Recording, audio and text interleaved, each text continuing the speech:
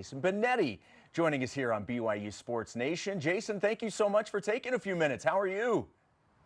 I'm great. I'm great. My pleasure. And what a scene that was on Saturday night. My goodness. Yeah, it was quite the game. And I do want to go back to the call that we heard. The bear on the loose in Provo. I have two questions for this. Number one, did you have that in your back pocket in case something like that happened?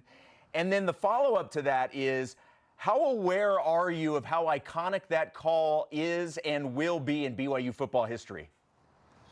First of all, I did not have it at the ready. Like, I'm not a script guy, but the way my mind works, when I see a name like Bear or Tiger, like, I just start to have vivid imagery of, like, bears and tigers, right? So wherever it's going to go, it's going to go. I will say I'm honored. Somebody tweeted at me that there was somebody's kid did like an art project of a bear on the loose in Provo, and I love that the kids are getting involved. No, I just enjoy really awesome athletic feats, and like to watch it happen energizes me and Robert and our entire crew. And it's the greatest thing about sports, that when you have a whole bunch of people in one place and you have a whole bunch of emotion and an atmosphere, stuff just rolls through your mind as a fan and as a viewer, and it kind of came out of nowhere for me. But I love rivalries like that because it charges up, they charge up my mind. Jason, that was a great call. You're affecting the children of America. I think that's great work by you. We're excited you're on the call for the game this week again, which is awesome with RG3. You guys are a great duo. What did you take away from that BYU-Utah game in terms of what BYU's becoming and what that win meant? And that environment at LaVell Edwards Stadium was electric. Yeah, it's a really tough team. I mean, they play tough, and even if they have to punt or they, have a fourth down go awry, they're tough and they're resilient and they care. And I think that's a big deal. And I also get the sense in this world of transfers and the world of the portal and all that, and I don't even say that with disdain. I almost I just really love seeing teams who build culture and build togetherness. I think it now becomes a superpower and it becomes weaponry in college football if you have guys playing for one another, truly, deeply playing for one another. And I feel that after talking to some of the BYU players and the coaching staff, and Kalani has done a marvelous job of pointing this team in that direction. I love that after the game, he mentioned in the locker room, like, hey, we lost the game after Utah last year, and so did they, by the way. Utah lost the game after BYU last year. He's like, we got to get that figured out. I mean, I'm sure a lot of your viewers have seen the clip. I just love the togetherness of this group. When you look, Jason, about the performance in that game on the field, or certain performances from specific people, what or who impressed you in that BYU victory? You talk about a rugged runner outside of Bear Bachmeier. I mean, LJ Martin's 4.5 yards per touch, right? His ability to break tackles has been really important to this team. And in that game where you had to grind out some drives, his patience plus his toughness created a problem. I mean, look, BYU is top 15 in the country in run percentage, so they're going to need productivity. But, as of this weekend, BYU was 28th, according to Pro Football Focus, 28th in yards per carry, but they're 14th in yards after contact per carry. So they're getting even more production than their average, which is well above FBS average in the first place, after the first touch of a defender. And I think a lot of that is Barry Bachmeier, but another big chunk of it is LJ Martin. And that was the offensive line deserves some credit there too. But when there was a tackler, his ability to get through the first one stood out to me. Jason, this is a massive game for BYU at Iowa State. It's part of a gauntlet we've been talking about that will really determine the season. BYU's a 2.5-point dog. Certainly Vegas has their agendas. But what do you make of this matchup of an Iowa State team that's coming off a bye and has lost twice in a row and needs to win too? Yeah, the Big 12 is a wild ride, is where I land on that. I'm surprised that somebody would consider BYU an underdog after the show they've put on so far this year. But like, as you know, like you have to go prove it every week. I mean, Texas Tech lost at Arizona State without their quarterback, certainly last week. But we've seen enough odd results in the Big 12 over the past couple of years that I just assume everything at the top of the league is going to be a one possession game, one way or the other. That's the way it's generally gone. Um, I think BYU does deserve more credit than they've gotten, though. And that's a nebulous concept. But I think this is a really good football team, especially considering what we talked about before, the team concept. I think that's very difficult to quantify and is something that gets lost in the shuffle sometimes. So for me, I think BYU does deserve more credit than they're getting. But again, Iowa State opened the season 5-0.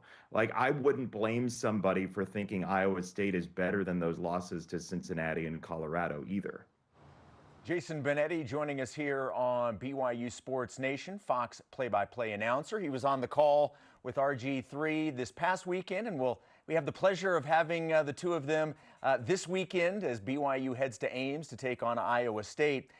And Jason, I realize that it's all about this year and what BYU has done now, but if you open that up just a little bit and you look over the last 20 games, BYU is 18-2. What do you make of what Kalani Sitake as the head coach, but also Jay Hill on the defensive side, Aaron Roderick on the offense? What do you make of what they have done with this program over the last couple of years? Yeah, people in college football talk a lot about complementary football and making sure the offense and defense and special teams are working in concert. I get the sense that this is very much that kind of concept at BYU. The defense has been really good in a lot of ways. The offense, I mean, we were talking about some of those running stats, right? The offense has run the ball 90 times, top 20 in the country, with 8 players or more in the box defensively. What that means to me is an identity, a very clear identity that like toughness and grit and running the ball is going to matter for this team. They lean on what they do well, and credit to Aaron and the offensive staff too. There's some inventive play calling in there. Robert Griffin the third shares with our crew some clips from the previous weeks and some of the inventive play calls, including the Parker Kingston throw that didn't work, but like some of the formations and the motions and the two back stuff and getting Preston Rex in last week for that sort of modified wheel down the sideline. Like there's a lot of really good inventive play call stuff in there as well. But I think the word that I would use in a non-cliched way is identity, because these coaches have known each other for so long and they deal so well together as a football tactical outfit.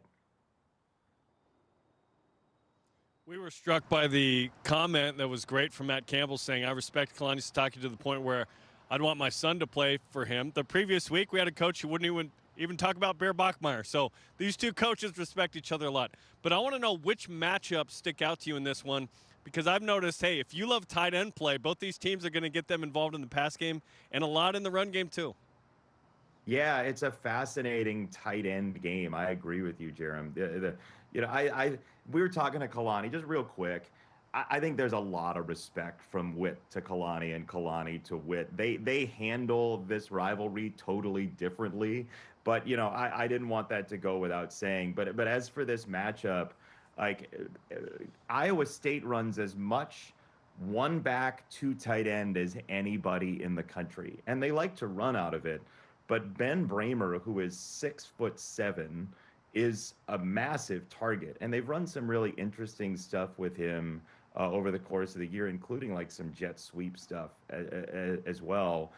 So I think he's a major target. I think the blocking ability of the tight ends is important in this game too. I mean, we saw Carson Ryan have a really nice day against Utah, but college football is so driven by personnel, especially in tempo-based games, and this isn't going to be one of those necessarily, but it's so driven by personnel, and everybody wants a tight end that can block and receive because it gives you so many options. And Iowa State has a couple of really good tight ends that have been around the program for a while. almost at the exclusion of the wide receivers. Now, they lost most of their wide receiver room to the Houston Texans last year, but I think those tight ends, and again, with the matchup of guys like Kelly and Glasgow in the linebacker spot, and those safeties will be important. We saw the Tanner Wall interception on the way in, but those safeties and linebackers are going to be pressed by those tight ends this week for sure. All right, Jason, one last question before we let you go. And again, we appreciate you joining us today. And we do want to switch gears, so hopefully you will allow us for one baseball question. And to preface this, you need to know this is a very sore subject that we're even talking baseball, because Jerem is a Seattle Mariners fan. So just know that going in, that he's not going to want to talk about this very much. Too soon, Shep. I apologize. It's got to be asked, though. We got the World Series. We got the Toronto Blue Jays. We've got the LA Dodgers. How do you think this World Series plays out?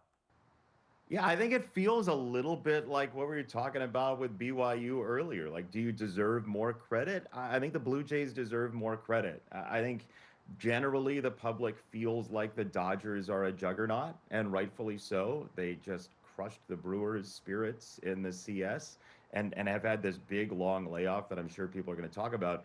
But the Blue Jays have a bullpen that has a bunch of interesting arm angles. They haven't been overexposed to the Dodgers, only playing the one series at the end of the year. So I think this goes like 6 games, and I wouldn't be surprised if the Blue Jays really gave them a run, in part because of that home field advantage when they play in Toronto. All right, BYU fans, you can see Jason and Robert Griffin III. They'll be on the call Saturday, 3:30 Eastern on Fox. Jason, we really appreciate you taking a few minutes. It's been a pleasure talking with you, and have a great call this Saturday.